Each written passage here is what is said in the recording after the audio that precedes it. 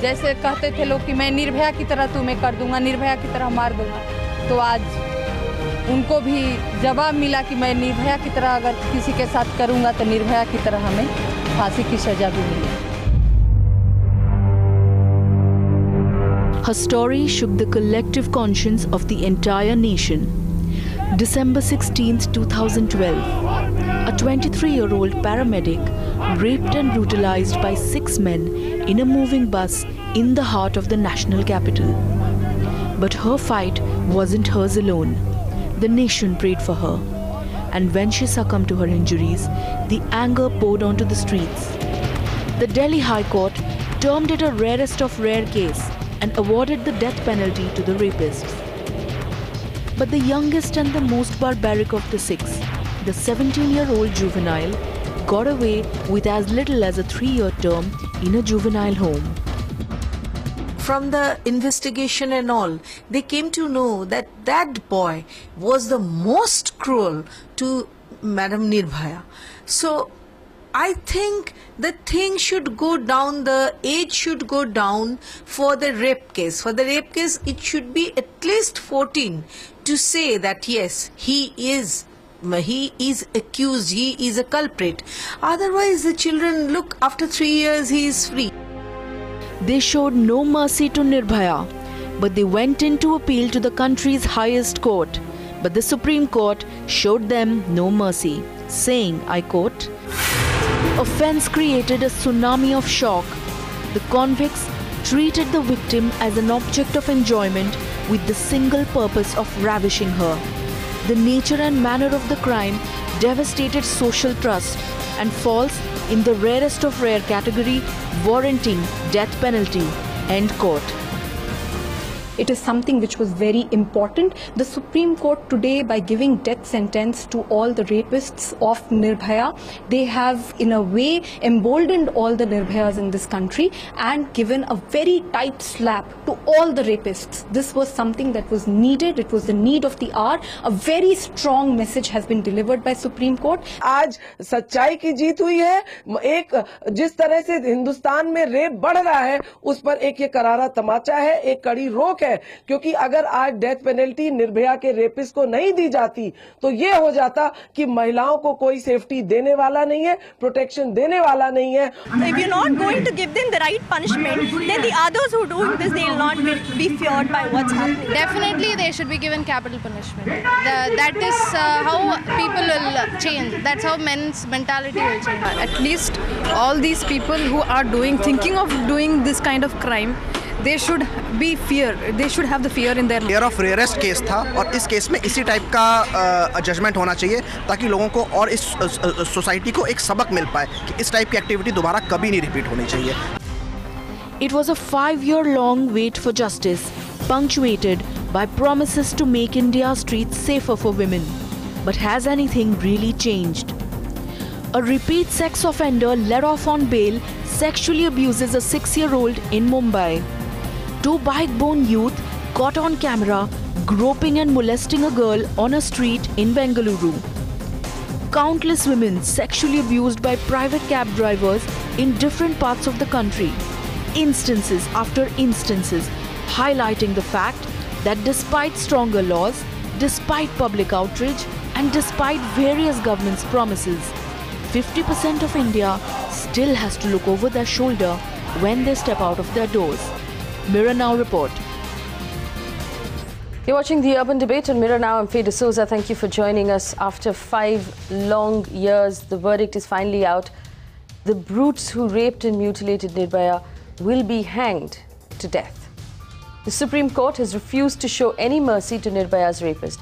A special Supreme Court bench hearing the case upheld the death sentence passed by the Delhi High Court, and it has been a long wait, not just for the victims' parents, but for the entire country, especially for Indian women who needed to feel again like somebody cared, who needed to feel again that our safety means something to the courts, to the police, to the hospitals, to all of those people along the route of these last 5 years who kept us from justice. But the real question we have to ask tonight is this, viewers. Why haven't we learnt anything? Has this girl's and this young lady's life gone in vain? Remember when her mother first started speaking in public, she said, "I've lost my daughter, but I'm going to make sure that nothing like this ever happens again." Can we as a country truly assure Asha Singh today that nothing like this will ever happen again? The numbers of crime against women are rising year on year. Worse still in Delhi, where the crime actually happened. We get repeated complaints from women who tell us that when they go to police stations to write any sort of a complaint or register any sort of a complaint for a sexual offence, they're always discouraged. They're always intimidated. Let's not even begin to talk about the state of the public government hospitals where victims of sexual offence are sent for their rape kit tests. They're treated in the most horrid manner. Why is it that we haven't learnt a thing? Why is it that government after government that has made promise after promise has done precious little to assure half the population of this country of our basic safety? What are we going to say to Asha ji today when every time we open our newspapers, there's a case of another rape? Sometimes the victim is 7 years old. Sometimes the victim is 2 months old. We refuse to learn, and our governments refuse to act. Have we learnt nothing? That's the question I'm asking today. And to all of the women who are watching of any age, do you truly feel safe in your country? And do you truly feel safe in the city that you occupy? Why is it that our streets are still not lit? Why is it that we still don't have CCTV cameras? Why is it that we still don't have the requisite number of police officers and constables for the population that we have in this country? Why is it that we're still understaffed in our courts and cases take this long to be heard? Joining me on the show this evening, Aishwarya Bhati is an advocate of the Supreme Court. Vikram Singh, former DGP, UP. Gopal Agarwal is the spokesperson of the BJP. Nilanjana Chakraborty is a social activist joining us from Kolkata. Swapnil Kothari, corporate lawyer and managing partner at Kothari & Company. Viraf Partel, model and actor, joins us as well. And Annie Zaidi is an actor and a journalist. N. Ramachandran is the president and the CEO of the Indian Police Foundation and former DGP of Assam and Meghalaya. I welcome all of our guests into the studio. I'm going to start with Gopal Agarwal. Gopal Agarwal, we still don't have the kind of safety that we actually want in this country. When will that happen, Gopal Agarwal? No, actually, the law and order in some of the states is a problem. That's a big problem. And overall, the issue is that women are not safe in India in many places. The question is of the mindset also of the people and the other issues. There are several issues, and the education and proper care by civic sense has to come from the people also. Government is also trying to put up more CCTV and other issues, and if ultimately the law of the land should prevail and there should be fear in the mind of the people, that will alone help. Government is appraised to the situation. Government is trying to improve the law and order situation in every place. And therefore, and we welcome today what the Supreme Court has come out with a strong punishment, and even juvenile court, the law with regarding to juvenile crimes were also amended. So it has to be a concerted effort. Government has to do, state government has to do. People have to be more vigilant. They have to be more compassionate with regard to these crimes. Everything has to be work together to do this. That's the way we can move ahead and create this kind of Okay, so it's all our responsibility. We need to be more vigilant. We need to teach our children better. Perhaps we need to light our cities, and perhaps we need to put in CCTV cameras and appoint our own judges and make sure that we have enough police officers as well. The citizens really need to get together and get more done. Annie Zaidi, do you feel safe in your city, in your country, Annie? Well, which city would be the question. I actually think that the answer is not better lighting and it is not CCTV cameras. This is a completely backwards approach. The approach of monitoring is the wrong approach in my view. The correct approach is education. You cannot endlessly monitor a whole population. It is foolish. We cannot always be watching each other, and we do not always want to be watched. Who wants to be watched all the time? I don't want to be watched all the time. I don't think women want that. I think deep down I think all of us recognize that it's really a power game. The reason women are not safe is that a large population of India and across the world believes actually that women need to be watched, and that so you're saying that we don't want to be watched. That's the point you're making. Nilanjana Chakraborty, we've had this conversation earlier in the day as well.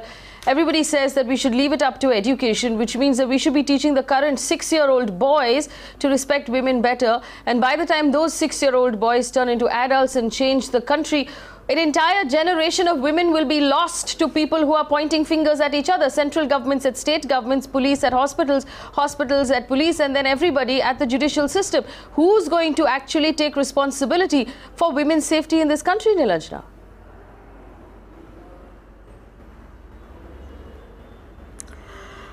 I think, yes, that's the billion-dollar question that you have asked. Who is going to take the responsibility of the women in the country? The fact of the matter remains, first and foremost, I think the government who is at the helm of affairs, whether it is at the state level or at the central level, I think women's security, women's safety, women's rights should be of absolute priority in any of these, either of the two departments that I have mentioned, first thing. Second thing is that, a lot of water has already gone under the bridge. We've reached kind of the zenith, I think, if I may put it that way, and it's an utter shame today that as we are in the year 2017, we are still talking about our basic rights, our basic privileges. So what we really need to do is, there is a sizable population in the country which is very, very regressive, if I may put it that way. So what we need to really do is, we need to actually get our act together. Now, how do we get our act together? As you rightly said, we've been discussing it all through the day. Give me points, Nilanjana Chakraborty. Give me actual laws and clauses. Give me points that you believe needs to be done. You said get our acts together. Who's going to get our act together? Is it the government? Is it the people? I think we need to. Just let me just finish. What we need to honestly do is, we need to actually have better policing. That's very, very important. How does a woman feel safe on the streets? When she knows that she's been taken care of, she's been protected. If she's in trouble, if she calls up, she makes a call, if there's an app. All these things need to be active. First and foremost thing, the transportation system. What about a transportation system? There are a lot of girls who work late in the night, and in fact who come by these these Olas and Ubers. So how does one protect oneself? So we have to have a safety network. So how do we guarantee safety? We need to have a conversation, we have to bring them on the table to talk, that if you do this, these are the norms that you have to abide by. This is the very, very basic I'm talking about. Because today we have n number of women working. So how does one tackle today?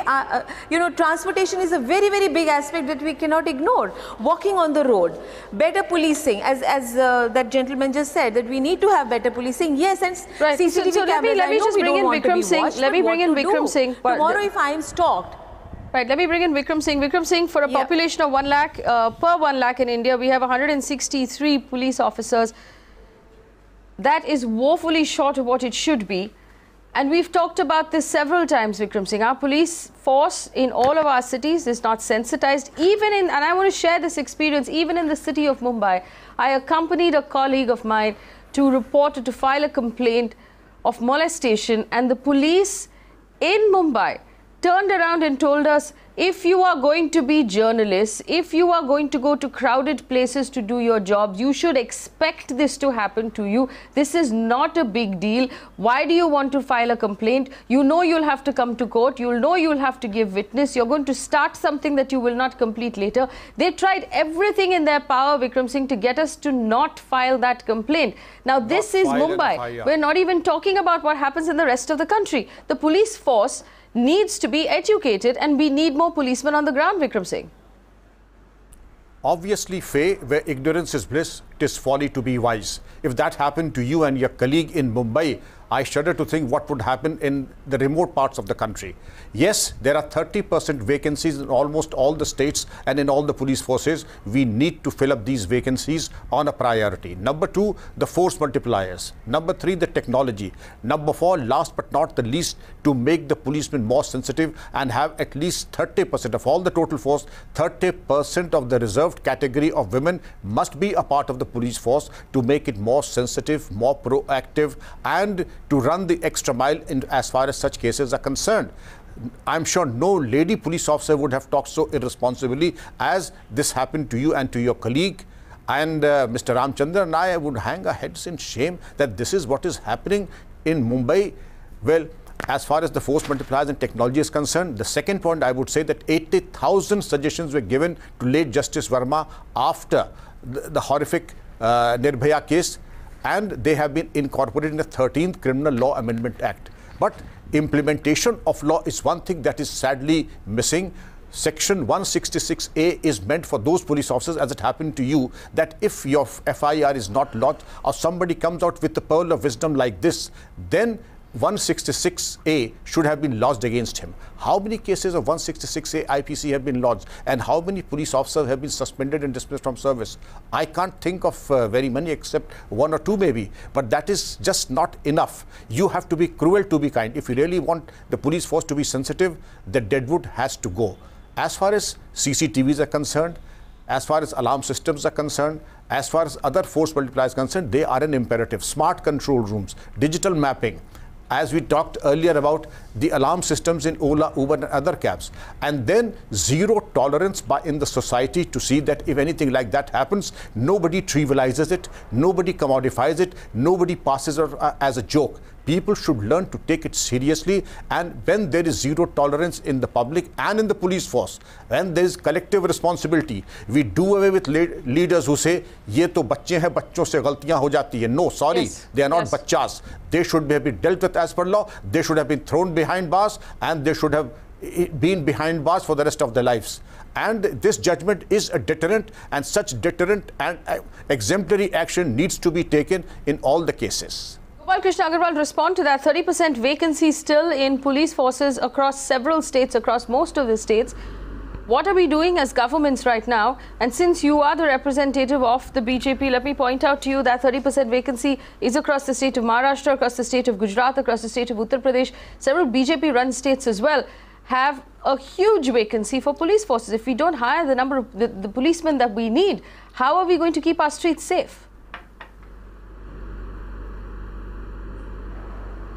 No, actually, it is not the only question. Definitely, I understand that if there is a vacancy, that has to be filled, and the number of percentage related to the population is very low. That is the same with case of judges.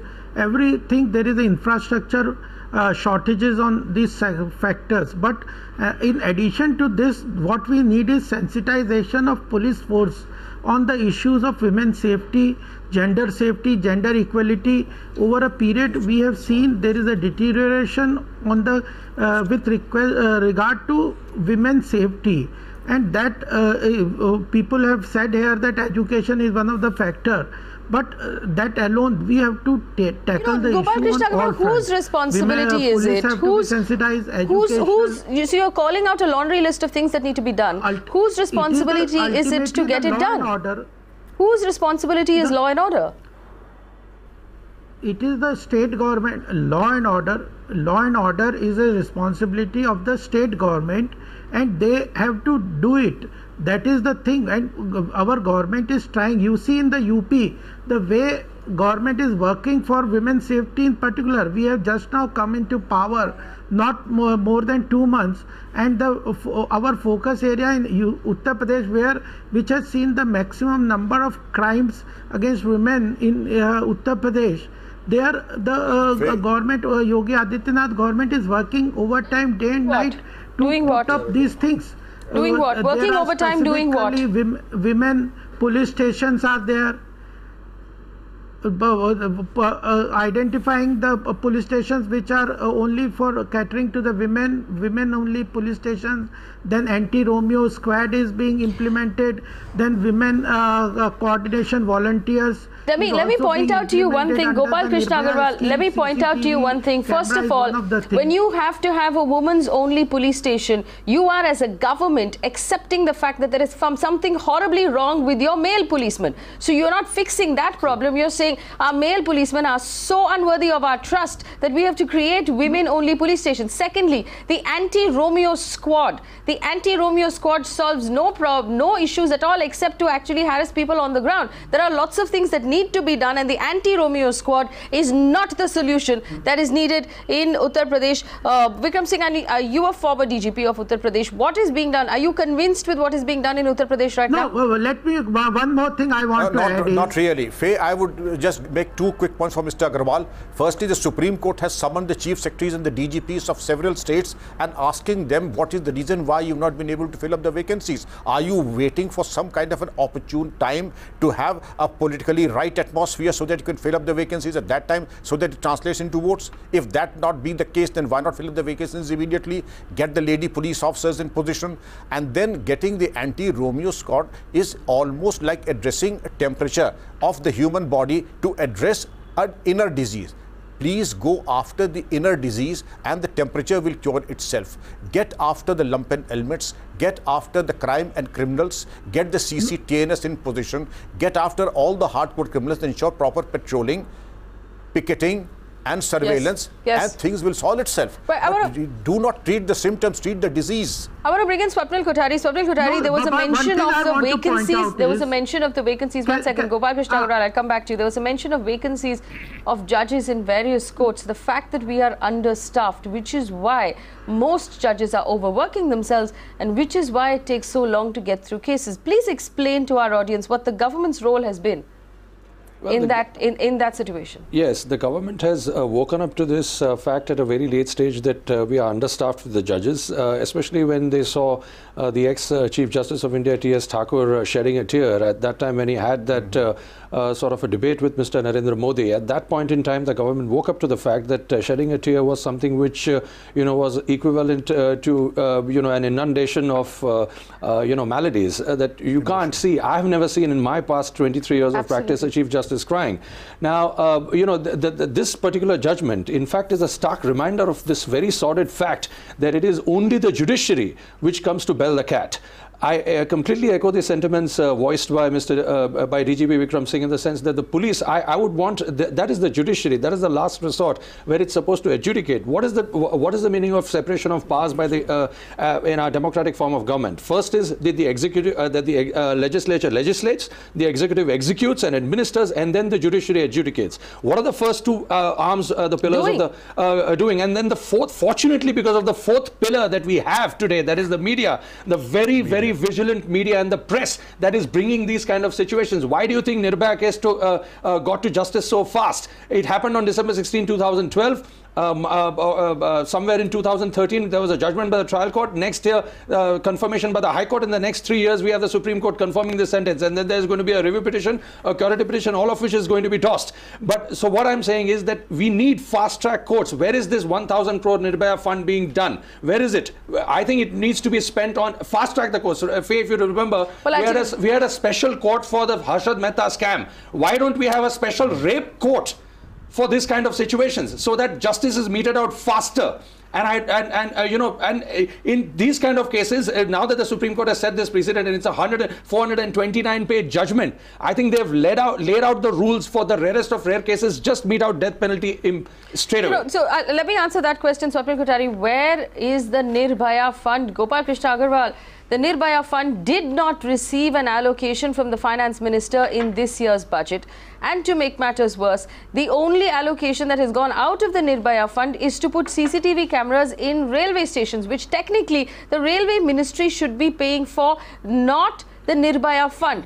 To make matters worse and to rub salt in burning wounds, the government of India has taken what was the Nirbhaya crisis centers meant for rape victims and changed the name to Saki crisis centers. That is your only contribution you have made in the last 3 years to the process of giving aid to the people who really need it. Please tell me, what has the government of India achieved by insulting the memory of this victim and changing the name of the crisis centers from Nirbhaya centers to Saki crisis centers? Please tell me, since that has been your big achievement. No, I tell you, the question is that you cannot deal with the problem in a isolated manner. If you talk of the basic problem with the police was that they are not properly sensitized to the my question is about the crisis centers, Mr. Agarwal. Persisting in the country. My question is about the crisis centers. I'll tell you, 79 centers. There was a question in the Supreme Court, and the government has replied that 79 centers, one-stop centers for the help for the women, has already been sanctioned, and several have been implemented. There is a CCTV camera which is going on. There is a compensation fund being created out of it. How long will it take? How long will it take? We've had enough people come here. Gopal Agarwal on my channel today and said 5 years for this verdict is too long, but the government is still setting things up. You are still figuring things out. You are still making plans. Please tell me how long it will take. How long does it take the government to make a plan to set up a crisis center? If you go into the recruitment process, I tell you, if you talk of only 3,000 crore of spent on the Nirbhaya Fund, will it solve the problem? No, we are saying it will not solve the problem. So what will solve the problem? Tell me what your master plan is. What will solve the problem? Took place, how much corruption it was there. What will solve the problem? The basic thing is has to work on all front. You have to ultimately sensitize the police force. Are you doing that? The people work through the Women Commission. Are you doing that? Women and child. Everything is being done. Definitely. Otherwise, you see, I am telling you, in Uttar Pradesh alone, recently, the way government is moving, it's a risk. Ultimately, it is the issue of the state government which has to look into the law. But you are running most of the state governments as well. What are you doing in each state? Please tell me. Give me one point. So give me one conclusive point of evidence and data that you have actually achieved something. Is there a single state where the number of rapes have come down? Is there a single state where you have conclusively achieved something? All of these things that you're talking about, that you say must be done, we must do together, government is working as hard as it can. If this is the government working as hard as it can, this is not good enough. And you should no longer have this job because your best is not enough. No, we agree this is not enough. This is not enough. But we are moving towards it. It's only 3 years that our Don't say only 3 years. Don't say only 3 years. I'm sorry. That's I hate that answer. Don't say only 3 years. You have a 5-year term. 3 years is more than half of that 5-year term. You should have achieved at least 60% of your promises by now. Saying it's only 3 years is not good enough. You did not come to power saying अच्छे दिन तब आएंगे जब आप लोग हमें दूसरी बार elect करेंगे. अच्छे दिन तब आएंगे 4 साल बाद जब हम काम करना शुरू करेंगे. अच्छे दिन तब आएंगे जब हम सीसीटीवी कैमरा के बारे में प्लान बनाना शुरू करेंगे हमारे 5वीं साल में. आप लोगों ने ये नहीं बोला था. आपने बोला अच्छे दिन आएंगे. आपने बोला भ्रष्टाचार मुक्त भारत. आपने बोला कि women will be safe in this country. Where is the evidence for these things? Twitter account. What? Did you say Twitter account? The government has given 181 reserve 181 number for women helpline. It has been allotted to most of the states. They have to implement. Government has in UP cancelled the appointment of the police force. There was a large scale corruption in that. Listen, Mr. Agarwal, let me just point out one thing to you. I agree that there was large scale corruption in this country, but let me tell you something. All evidence shows us that the corruption continues. No, that all of the government offices that we still have to deal with, to pay our taxes, to register our houses, to go and do any sort of government work, we're still having to pay bribes. So please don't tell me that your big lofty idea of removing corruption from this country is the one thing that you're focusing on and that you have achieved, because you have not achieved that also. Please, I'm going to give you a minute, Mr. Agarwal, so you can actually, you can check or you can do some checking to find out if there is one thing the government has actually achieved for the safety of women. Please come back and tell us that.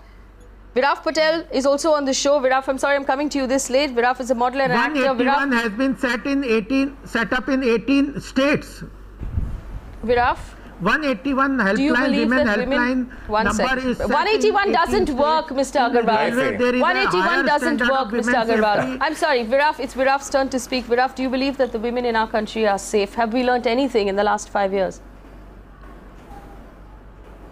The 2 lakh police personnel who are... I don't think we have learned anything, and I feel extremely apologetic being a man in this country, because after 5 years, after a case like Nirbhaya, if we are still where we are, I think that's really a comment on the men of this society, the society called India at least. What are we men doing? Really, what are we men doing? And for once, let's keep the government aside. Let's give the government a break. This gentleman from the government who's representing, he's just doing his job. He has to stand up for the government. But I want to appeal to all the men in the country. Like, what have you done differently since 2012? Have we? How many of us have taken the cue to maybe refine and recondition and rewire a possible brother or a friend who is out there hitting on a woman and probably going about it the wrong way? I mean, if all the men in this country, which is about half the population of this country, decide to do something, you think it will take 5 years to happen? It takes one night for things to happen. I'm appalled at the fact that some people on this panel are saying that 5 years is a good enough time to get justice. Why? How can the Prime Minister be okay with this? It happened in 2012, and why did we wait for 5 years to even discuss this? Why were we not after the government's back to bring in all the deterrence, as one gentleman pointed out, CCTVs? Why is the police force not being well equipped? Why can't the payoff of salary be increased so that more people can be invited into the forces, as they can see it as lucrative jobs? We anyways are dealing with an employment problem in the country, aren't we? So I am appalled at the men. I apologize, I myself apologize that I myself, when I look back 5 years and I see really what have I done as an individual to change the scenario? Does my maid feel safer while coming to work? I haven't really asked her that. I have not asked her that, listen, if I pay you 1,000 rupees more, will you get that money to go in a rickshaw to come, reach home safely when you're going back? If you reach home, I actually, it's a lot of introspection, and I somewhere disagree with you, Faye, when you say that, okay, we will educate, and the 6-year-old boy is getting the education, but what about the 2 generations? No, we need to talk to that 18-year-old boy who's going to come out of college also. We need to talk to that 25-year-old executive who's working in somewhere in your building, Viraf Partel, that's where an you're excellent operating point. this channel I appreciate from. what you're saying. I appreciate what you're saying.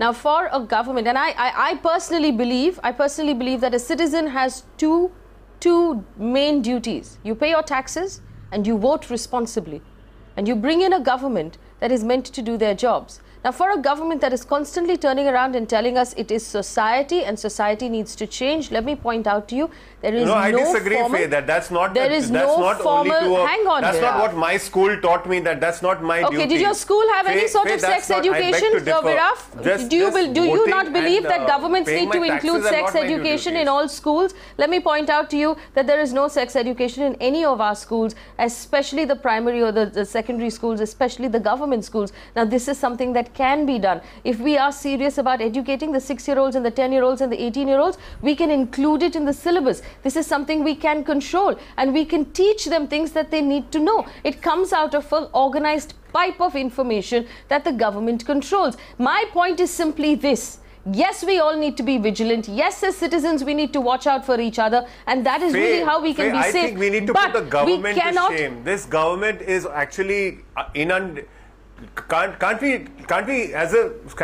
we use this platform of the media to hold a mirror like you are, Mirror now. Let's see really what happened. In 2012, a ghastly incident happened.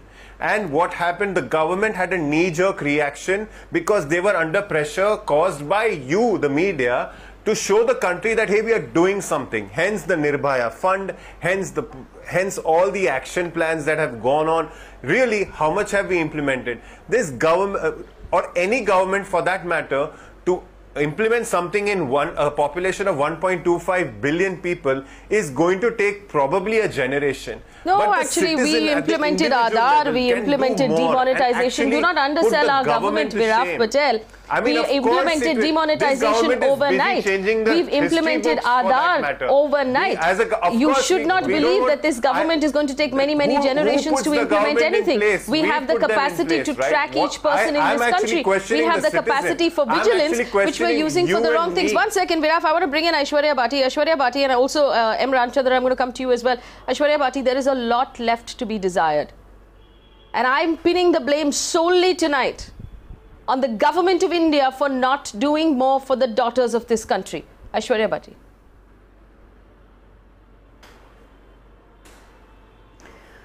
Faye, you know, we are talking today on a day when the Nirbhaya judgment has come, and while we are all hailing the triumph of justice that has happened for Nirbhaya, the fact remains... Aishwarya, go ahead. Viraf, I'll come back to you. The fact remains that there are, you know, more Nirbhayas happening every day, and in fact every hour as we speak in our country.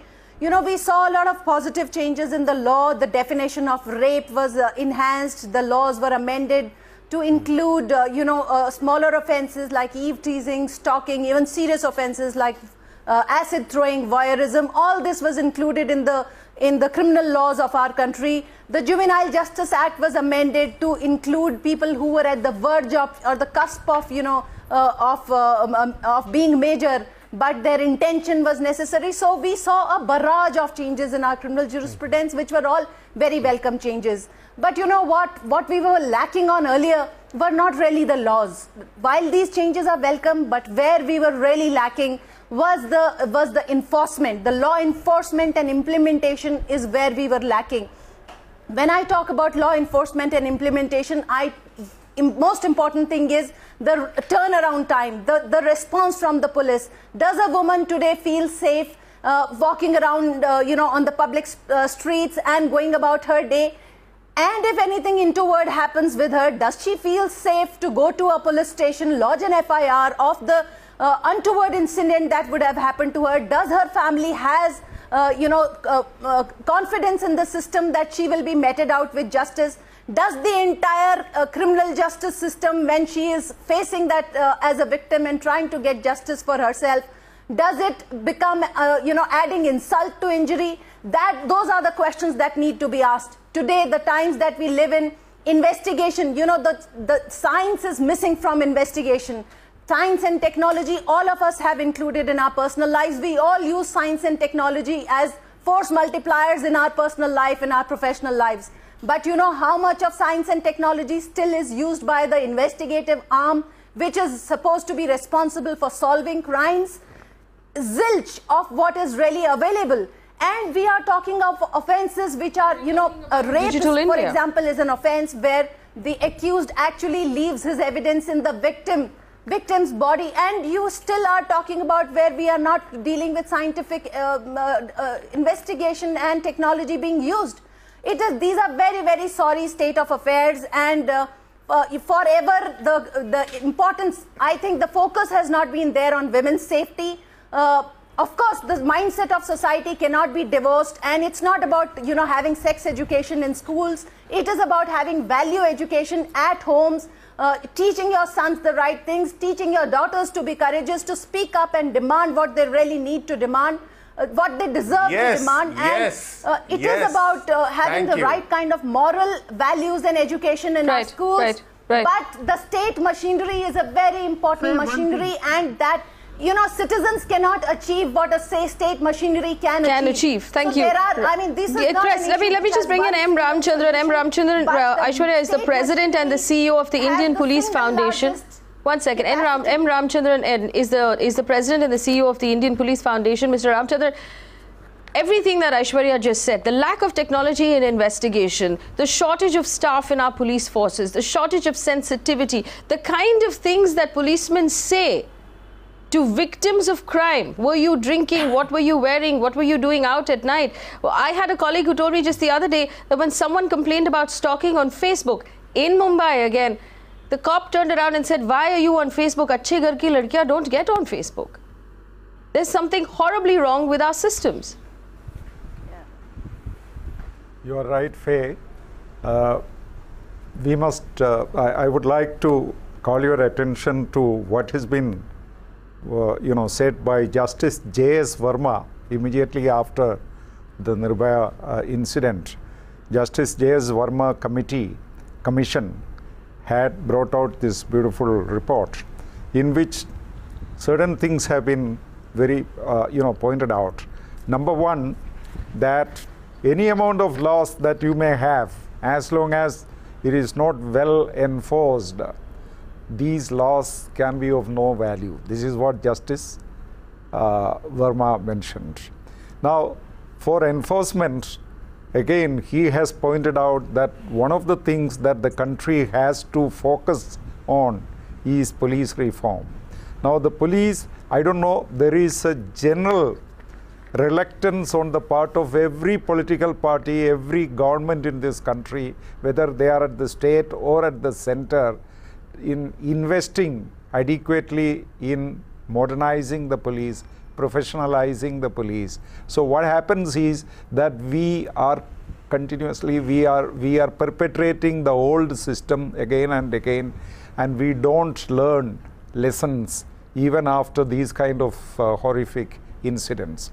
Of course, there are exceptions, like Delhi police did a good job, and they, unlike what has been pointed out in the last Delhi police did marshal quite a bit of evidence. They resorted to, to getting, DNA analysis and all these scientific modes of investigation, and that is why they have been successful.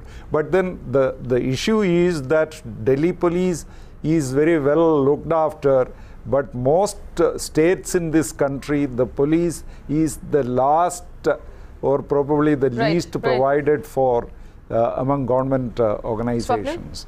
So what we are trying, one more point I wanted to make was that I'll come to you to respond to all of this. I just want to bring in Swapnil. Swapnil, go ahead. Yes, Faye, I will approach, after say 45 minutes of this debate, I will approach this issue in three aspects. The first aspect is, as Aishwarya rightly pointed out, and Viraf also pointed out, that we need some tutelage at home. Teaching our daughters to be courageous and teaching our teenage children, certain lessons in life and certain realities of the fact that women need to be respected and not revered at the moment, to begin with, just first respected, and then, on their own accord, they can revere if they wish to.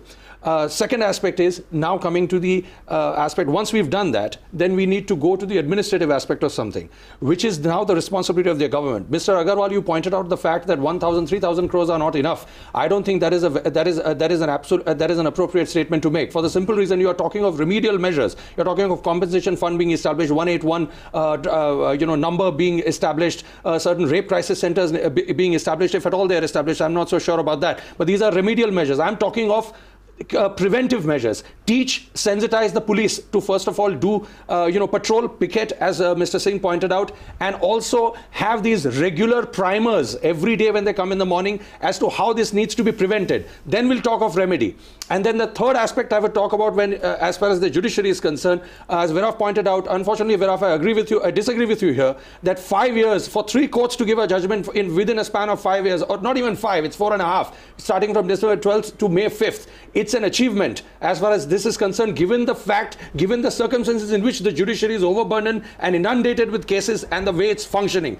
So we need to, out of that 3,000 crores, even if we spend some 30-40 crores out of establishing some rape courts, fast-track courts, this will create, just have that separate court for these kind of cases. Do we have the judges? Cases. Do we have the judges? Yeah, do we have the judges? We don't. That's the reason why we need to put that money and bring in more judges. That is the responsibility of the government.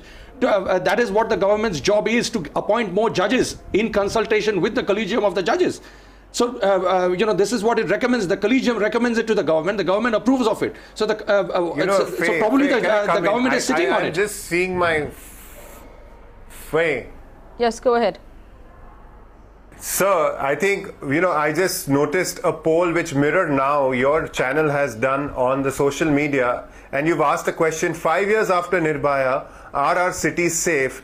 And out of the poll results, which have about 1,200 votes, 89% say no. I agree. I think the government needs to take note of this, that after 5 years of Nirbhaya, and for I beg your pardon, why am I calling this Nirbhaya? After 5 years of Jyoti's case, and I request all you panelists to not call it Nirbhaya and call it the Jyoti case, one second. I understand your sentiment. The guys who are going to get hanged, I understand your sentiment, Viraf Partel, but you are not allowed to use her name. She is, after all, there is a law against using her name. Why isn't the government looking at polls like these? It doesn't matter anymore. It matters. No, it does matter. It matters. And I continue to use the word Nirbhaya because Nirbhaya is not just a person anymore. She's an idea. When the mother of the victim is going out there and saying something, I think we could respect that sentiment as well. Yes. This is what we really need to change. Is an idea. Nirbhaya is an idea, Viraf, that everybody recognizes. Nirbhaya is a connection that people fought for. Yes, we can use her name. Yes, we could consider it. But when you say Nirbhaya, it reminds people of a fight, and I think we're getting derailed here from what we're actually talking about. I understand and respect your sentiment, but I'm going to take your question to Gopal Agarwal. 89% of our viewers believe that our cities are not safe, Gopal Agarwal. We've achieved nothing. Women do not feel safe. Half the population, half your voters in the 2019 elections don't feel safe, Gopal Agarwal. I think we need to we need to discuss this within 1 month again as what is the government going to be doing. I would also like to say that, one at a time. Let Mr. Agarwal finish his answer. Mr. Agarwal has no answers to finish. This is kind of, all he does is talk about issues. The fact is that today we feel more unsafe than ever before. I feel more unsafe today in Delhi, in UP, in Lucknow, in Gujarat, in Ahmedabad, in every city today. I feel 20 times more unsafe than I did in 2012. And this is because at the heart of our government, their ideology and everything that they believe in is backwards. They seem to believe that women have less of a right over their own bodies than any other government, I believe, in the past. They reinforce this idea by setting up things like anti-Romeo squads. Why don't you call them anti-rape squads? Why do you call them anti-Romeo? You call them anti-Romeo because you believe that women don't have the right to fall in love. According to you, our lives are basically, our lives should be the way you want them to be. This is basically what rape culture is. We heard you now. Rape is an act of power, sir. What you are doing is essentially you are increasing. We have heard you. No, I don't think you have, sir. I don't think you want to hear anything at all. The fact is that women need to be assured of greater autonomy over their own lives and bodies. Everything that you are doing is actually making us feel like we have absolutely no control over our lives and bodies. Why don't you call back the anti-Romeo squads and start calling them anti-rape squads to start with? Why don't you call the crisis centers Nirbhaya centers? Why don't you actually put rape and safety for women? Now have the courage to listen to the answer. I'm sorry, sir, but you haven't given any answers. Listen to the answer. Just putting the question and not allowing. Now, okay. Gopal Agarwal, give me the answers. I'm listening. Give me the answers. Give me the answers. But I promise you, we have a very short rope. Give me the answers. Yes, I tell you, the Prime Minister said from the rampant of the Red Fort that the people of the country should ask their son what he did in the day. Giving me lip service. That is the mindset that we need. Stop giving me lip service, Mr. Gopal Agarwal. Of the mindset, then Nirbhaya was happened in the time of Congress. How many sex education formats have you released to government schools across the country? Let's talk about mindset. Of the people like this who give false allegation and false narration to the whole debate is derailing the whole debate. How many modules of sex education have you instituted in government schools? Bringing it back on track, to be honest. The problem is that you keep saying things. You keep saying things. Then she will talk of oh God. Mr. Gopal Krishna Agarwal, one second. Mr. Gopal Krishna Agarwal, the questions were very simple. What have you done? Unless you can give us an answer of what you've done, you're wasting my time. And this is national television. Our time is precious. Give me a chance to ask a very relevant question. Okay, Virat, very quickly, ask your question. I think one should rise above petty politics. No, you asked, I think that's very important. Nirbhaya case happened. The government did something really remarkable. They planned with the RBI and did something called demonetization and changed the currency overnight. And 3 months the whole nation was up in arms trying to deal with a phenomena called demonetization, right? The Prime Minister had the courage to speak from the rampant. I want to ask the government that just the way they did demonetization, can they de-misogynize this country? And I have the courage to speak. Is that all we have the courage to speak? Who tells the people and their... What does that mean, Gopal Krishna Agarwal? What does that mean? What does that mean, Gopal Krishna Agarwal? So the Prime Minister made a statement that was very welcome. I remember we cheered it when it happened. What happened after that statement? Please tell me what happened after that statement. How many years has it been since that statement? What have you done? कौन सी बेटी को आपने बचाया है? Please बोल दीजिए मुझे. कौन सी बेटी को आपने बचाया है? You talk Beti Bachao Beti Padhao is a beti bachao beti padhao is a major scheme of the government. Doing what? Major focus. Doing what? Toilets is a major focus. Doing what? Why can't you say the word rape? Gopal Krishna Agarwal, I challenge you and your government to say the word rape. You are building toilets. You are creating employment. You are doing skills development. You refuse to use the word rape.